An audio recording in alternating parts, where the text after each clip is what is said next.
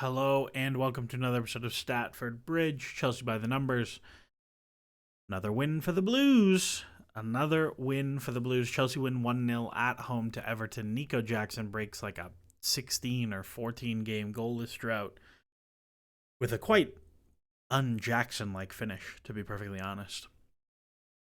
And Chelsea don't play that well in this game. They have a quite good first half and then a pretty not good second half. But the point of the game and the point of this season and the point of where we are right now is the only thing that matters is the results, and Chelsea get a very valuable 3 points on the board. They now have 60 points from 34 matches. They are 3 points shy of last year's points total, with Liverpool, United, Forest, and Newcastle remaining to play, which is a quite difficult final four matches. But I think there's a couple like interesting things to talk about this game beyond just like Chelsea got the 3 points. It was the latest in quite a long series of games now of Chelsea's defense being very stingy. Like if you go back to Southampton, which is 8 league matches, and you can look at the Conference League games in there, but whatever. You go all the way back to Southampton, and again, this is not a difficult stretch of schedule. Like Southampton, Leicester, Arsenal's a hard game, Spurs, Brentford, Ipswich, Fulham, Everton, like not the toughest teams in the world. You're looking at a stretch where Chelsea are giving up basically no shots, and the shots they are giving up are of not very good quality, average or worse. And at the same time, they have somewhat cratered their attack to get there. Like 1-1 against Leicester is not good. You would rather put up a 3-1 XG game. Same for Southampton. Well, Southampton's whatever. That one's fine. But same with Everton. Same with Ipswich. Whatever. All these games, you'd rather do more.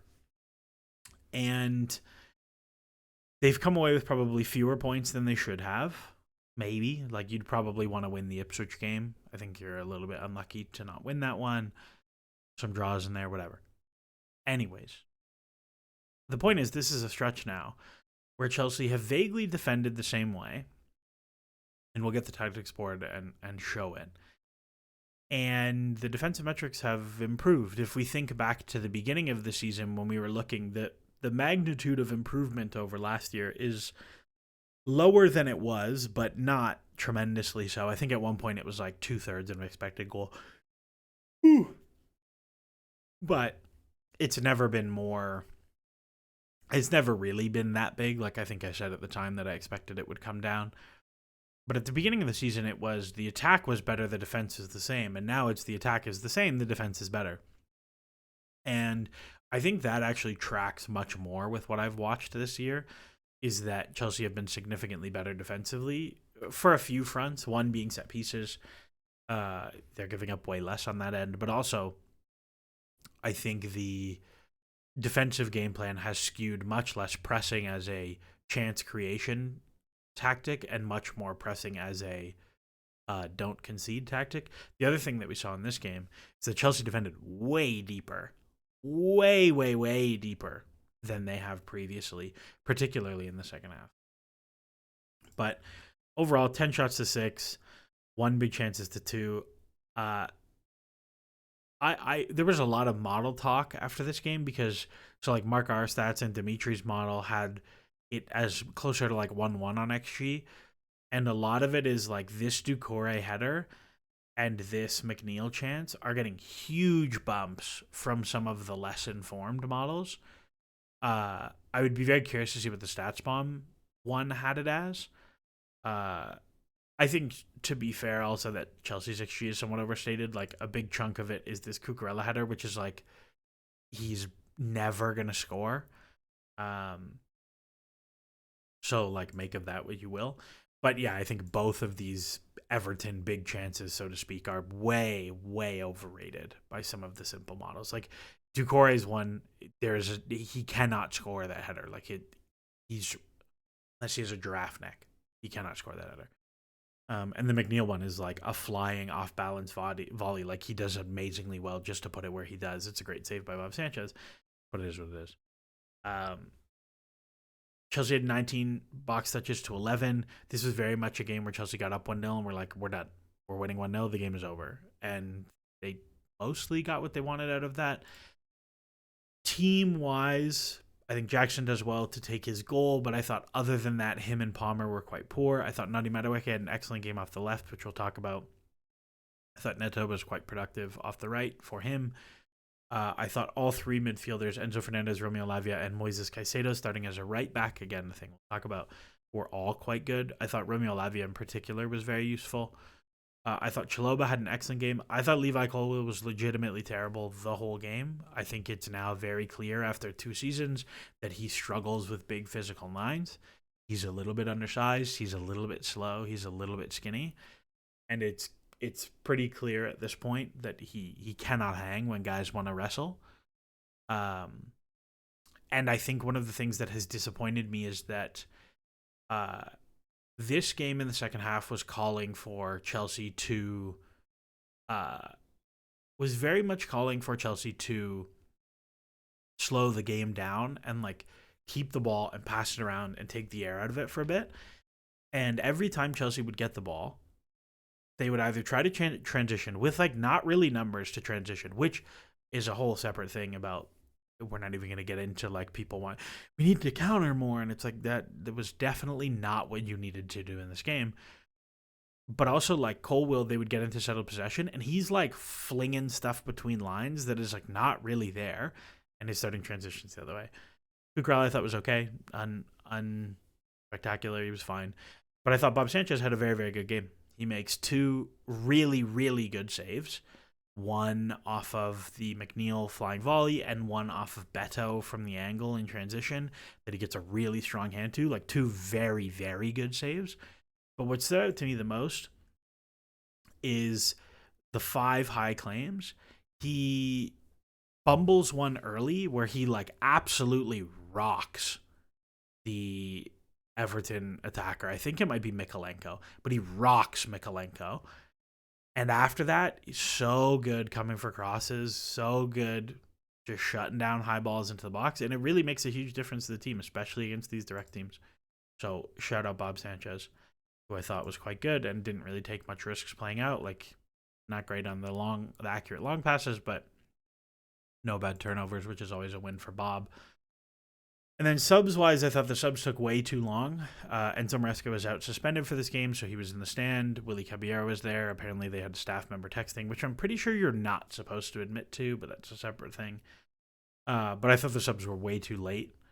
I thought Palmer and Jackson could have come off much earlier. I thought one of the wingers could have come off earlier. I thought the James for Lavia sub being at 67 was a little bit late for someone. Like Lavia couldn't even dress last week. Was he really fit for 65 minutes? I don't know. But I thought everyone who came on was not good. And these guys came on too late, so whatever. But I thought Reece James was very poor. I thought he was like a big negative in possession, like a legitimate problem. And I think it's just like he can't do the midfield thing. He can't do it.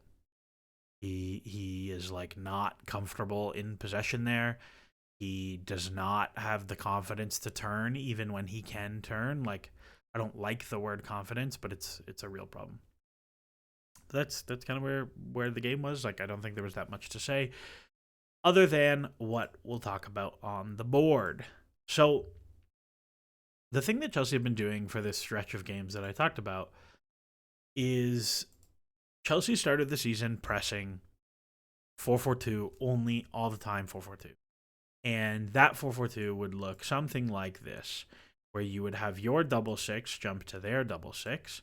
You would have a center back follow their 10, because almost everyone in the Premier League plays 4-2-3-1. Most teams in the Premier League play some version of 4-2-3-1, or some version of a double 6 and a player between lines.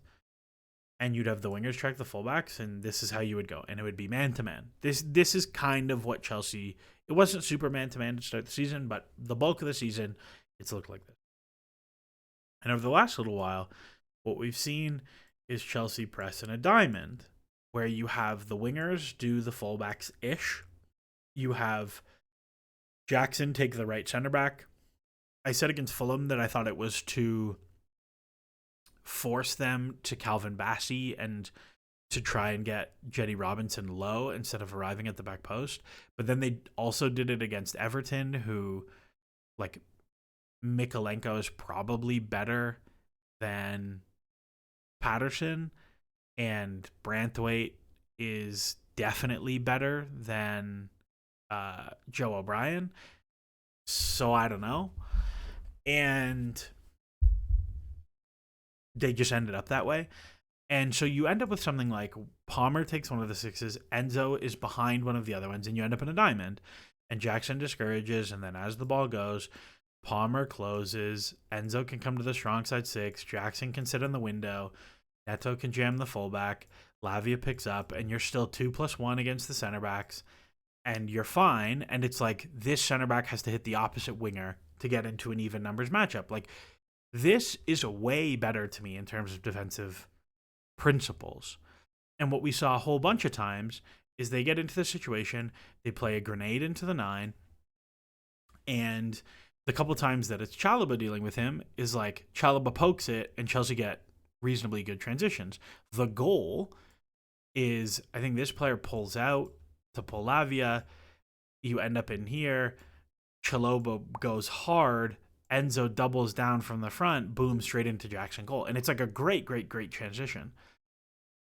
But you end up in this situation where you're able to take both sixes with 1.5 players. You make it difficult for them to swing. And you don't end up with these like stupid track meet situations where you're even numbers on the last line and they can just kick balls in the channel. Like if we look back at the Fulham game, the thing in the first half was like, oh, but then they bring these two players, or they roll this player wide and have a winger inside, or whatever it is, and you'd end up with, because it was often Tosin, if I recall correctly. That's not the one.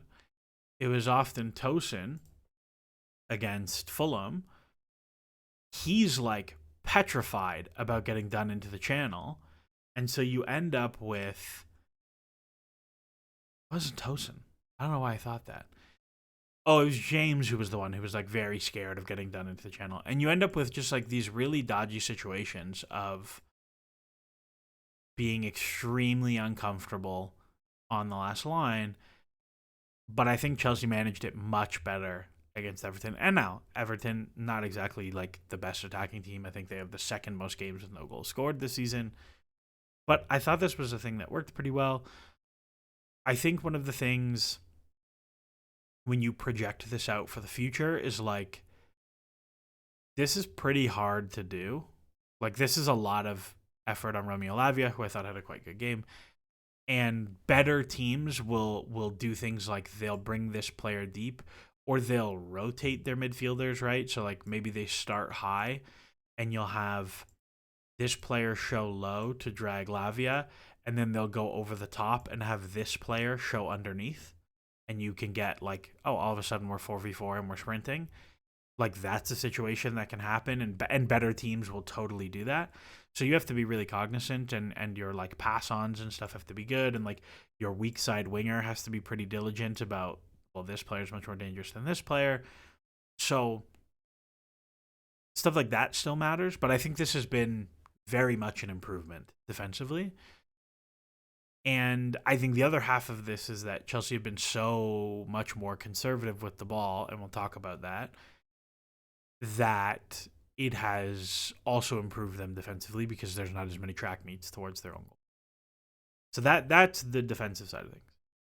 The attacking side of things is that we saw Caicedo play right back and invert into midfield. Romeo Lavia started as the 6, Enzo Fernandez as the left 8, Palmer as the right 8, and Neto on the right, Madueke on the left. And the two things to talk about in possession are, one, this is going to sound very, very, way too positive on Romeo Lavia, because I think I've been pretty clear that like I absolutely did not like that as a signing. I don't think Romeo Lavia is that good. I think if you look analytically at his output at Southampton, there was nothing there for a 60 million euro player. Like it simply was not a thing. Like there was nothing there that you looked at and you're like, "Oh my god, this guy is 100% a 60 million euro or 60 million pound midfielder," or whatever the fee ended up being. And I think he's actually been better than I anticipated when he has played this year. Obviously, his minutes have been very limited because of the many injuries. But one of the things that I think he does super, super well when he plays in the pivot is his ability to manipulate the players marking him, and then his ability to break a line in 2 touches is nuts. So Chelsea built 3-2-5, which is what they've been doing all year. One of the fullbacks goes into the pivot or goes into the 10. This time he went into the pivot. You had Palmer as one of the 10s, you had Enzo as one of the other 10s, you had Jackson as the 9, and you had the wingers super wide. When Caicedo in particular plays right back, his timing to invert is not very good. So you end up with lots of situations where your winger is too high, but Chalobah is too narrow, and there's like this weird black hole there. They got better at figuring it out, and Neto got better at like adjusting his width. But that was a thing that to keep an eye on that was not very good when they did that. But the thing that I thought went really well is that Romeo Lavia is very good at, okay, if Colwill has the ball and gets a little bit of pressure, Lavia will show into the window between the 9 and the 10. And when the ball goes and he receives, he is very good at this pass into the 9 or this pass into Enzo in the pocket. Particularly in this match, it was Enzo in the pocket, who I thought had a very, very good game out of possession, where you can just go straight into him right away in 2 touches, and like the whole press is cooked immediately cooked. And so I thought that was very, very effective from him. And what we saw especially was when he went off and now it's James and Caicedo, very often they just sit marked and are like, all right, cool.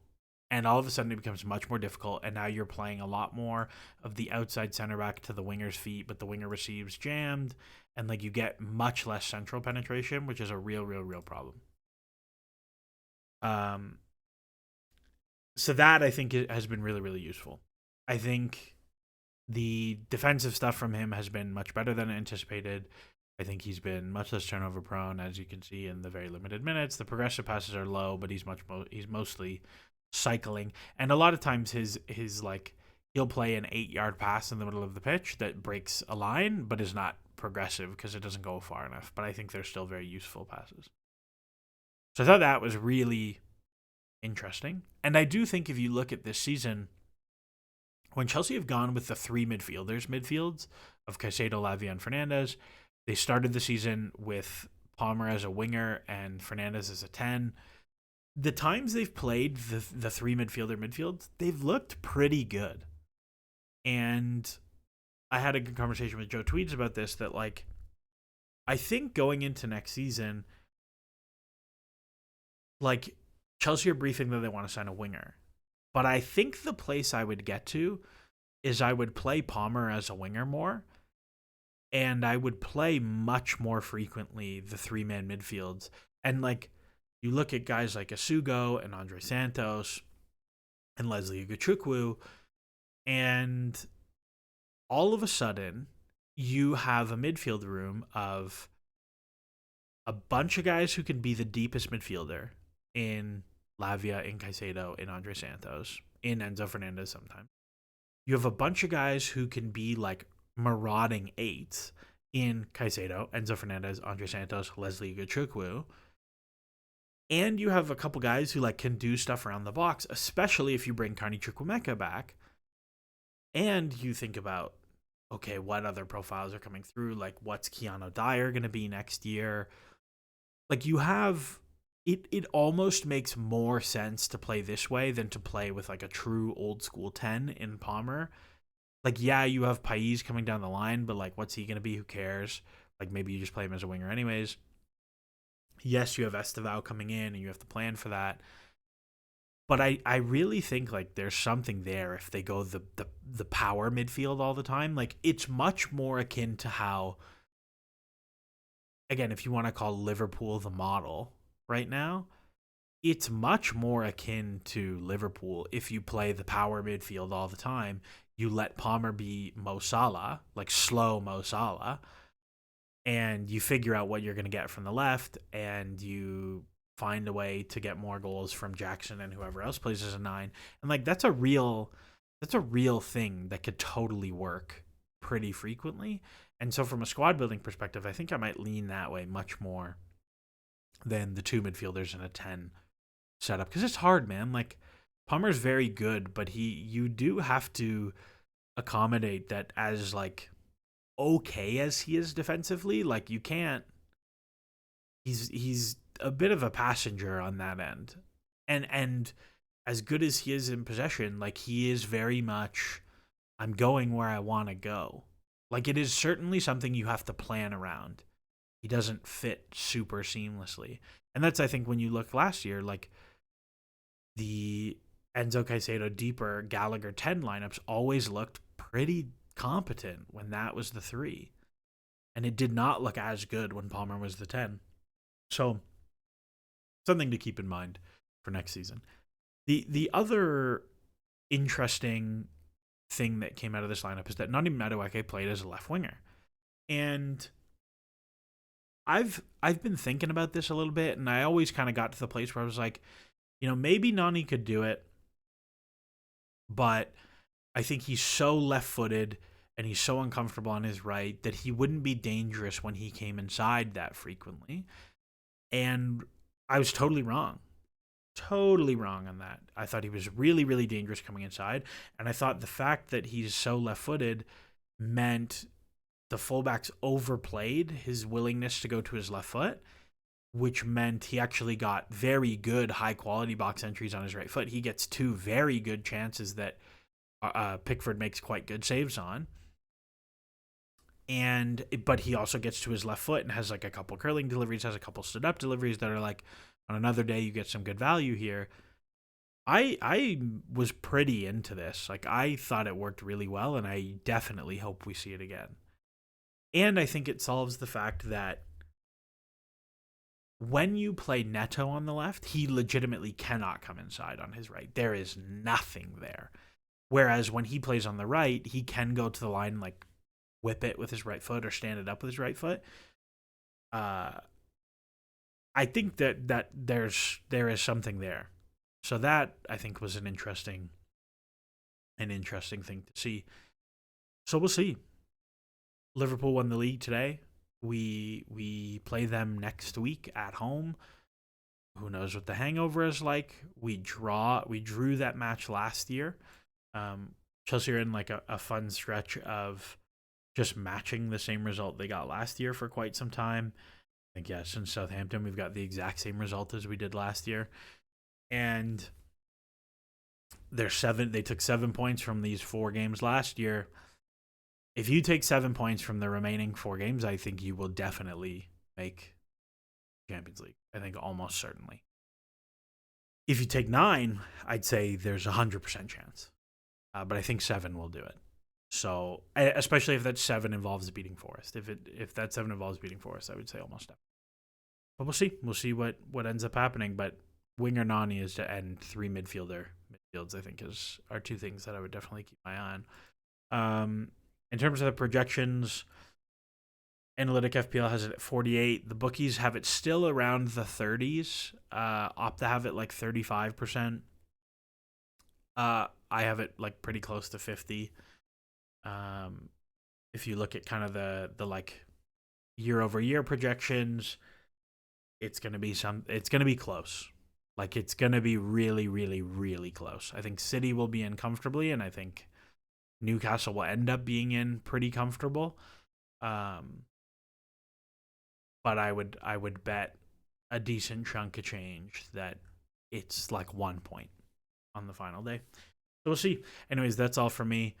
As always, enjoy the soccer.